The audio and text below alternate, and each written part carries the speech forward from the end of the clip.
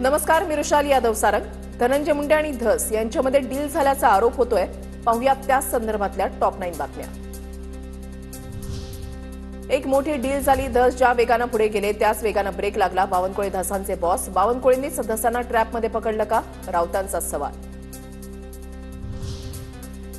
भेटीबाबतच्या चंद्रशेखर बावनकुळेंच्या वक्तव्यावर सुरेश धसांचा आक्षेप. मुंडेंना 20 ते 25 मिनिटंच भेटलो, मात्र बावनकुळेंनी 4.5 तास म्हटल्यामुळे माझ्याबद्दल संभ्रम निर्माण झाला. सुरेश धसांचा आक्षेप.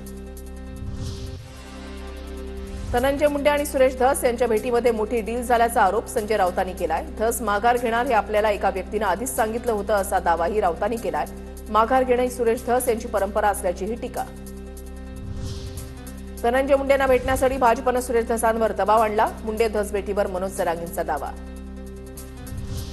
मंत्रिमंडळात निर्णय झाल्याचं सांगून धनंजय मुंडेंनी भ्रष्टाचार केला. अजितदादांनी तातडीनं धनंजय मुंडेंवर कारवाई करावी.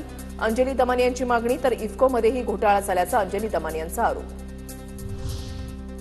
धनंजय मुंडेंकडून दमानी यांच्या आरोपांचं खंडन.